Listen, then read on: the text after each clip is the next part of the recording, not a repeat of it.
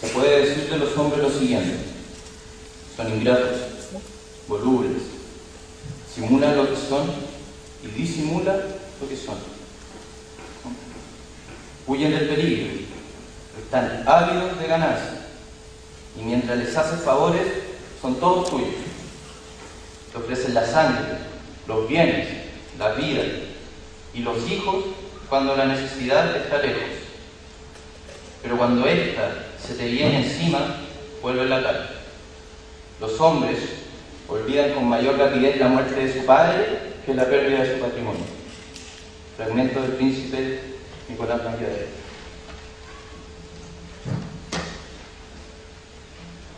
Palabras sobre una sociedad. Política, del griego político, ciudadano civil relativo al ordenamiento de la ciudad. Estado de tensión constante entre grupos o individuos con diferentes visiones que debe concluir en la imposición de una de las partes. En palabras más simples, es el ejercicio del poder, a través del cual existirá siempre un dominante y un dominado. Bajo estos parámetros, yo voy más allá y digo que la política es todo en el hombre. Educación, de latín educare, formar, instruir. Entendemos por educación a la actividad de instruir y transmitir conocimiento, así como también nociones valóricas propias de una sociedad preestablecida, y por ende, instruir en la moral de dicha sociedad. Considero la educación como base de una existencia política y social correcta, siempre y cuando ésta esté bien lograda por parte de los educadores, lo cual no ocurre en ninguna situación.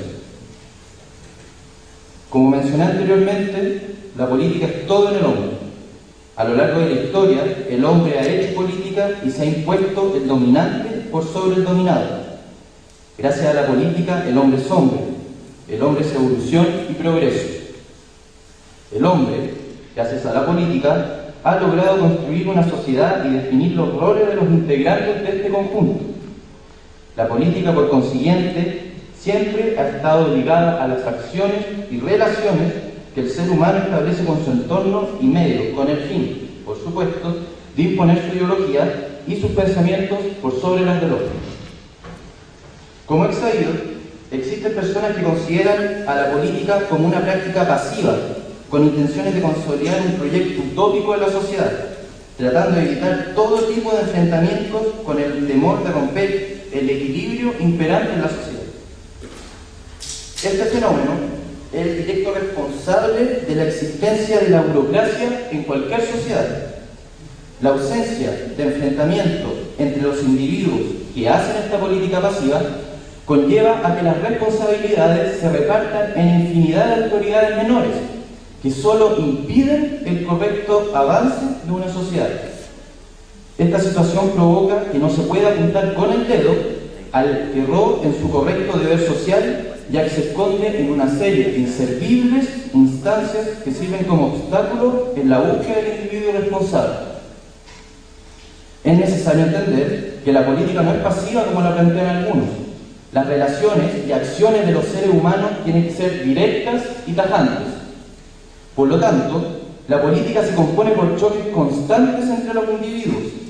La política se hace carne mientras exista la intención de dialogar, convencer e imponer una visión. La mala aplicación de esta política directa, obviamente, es perjudicial para la sociedad, debido a que el imponer se tiene que lograr a través del convencimiento total por medio del correcto diálogo, no mediante baratas coerciones, faltas de argumento y, por decirlo suavemente, estúpidas, provocando tiranías. Por su parte, la educación es formadora del individuo que conforma una sociedad, ya que instruye en las habilidades de la correcta argumentación que deriva en el convencimiento y la consiguiente imposición de la idea. La educación es entonces el camino al correcto desarrollo político del individuo en la sociedad. Es por eso que digo que educación y política van de la mano. No podemos negar que aquel que posee una buena educación tendrá las correctas herramientas para desarrollar una política de verdadero peso y trascendencia en la sociedad. Pero ocurre un efecto en este juego el cual rechazo plenamente y combato. ¿Qué ocurre cuando uno de los educadores hace política en la educación? ¿Qué es lo que pasa cuando un individuo argumenta e impone su ideología a personas que se forman justamente para crear una propia? Es el momento que se ponga fin al mal rumbo que la educación tiene en nuestra sociedad.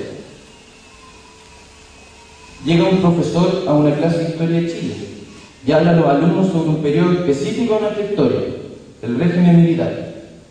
El profesor, luego de dar la charla de conocimientos y conceptos propios de dicho periodo, empieza a mencionar cómo fue dicha experiencia para él y qué es lo que piensa al respecto. Ese es el peor error que un educador puede cometer en contra de un alumno. ¿Por qué voy a tener que escuchar a resentidos que sufrieron con el régimen militar, que torturaron a sus familias y tuvieron que salir exiliados del país? ¿Por qué voy a tener que escuchar a momios que lo único que hacen es alabar los grandes logros de un régimen militar que no fue capaz de argumentar sus actos y convencer de que era el camino a seguir? ¿Por qué voy a tener que escucharlos? El educador debe limitarse solo a transmitir conocimientos y nociones valóricas para que el alumno discierne acerca de ellos, no a dar su opinión. Él tiene todo el derecho como ser político, como miembro de una sociedad, a imponer su propia postura, con argumentos sólidos y veraces. Pero es por eso que se debe valorar el trabajo de los educadores, ya que debe jugar con un doble rol social: el ser que instruye en conocimiento y en nociones, y el ser político, que trata de imponer su postura.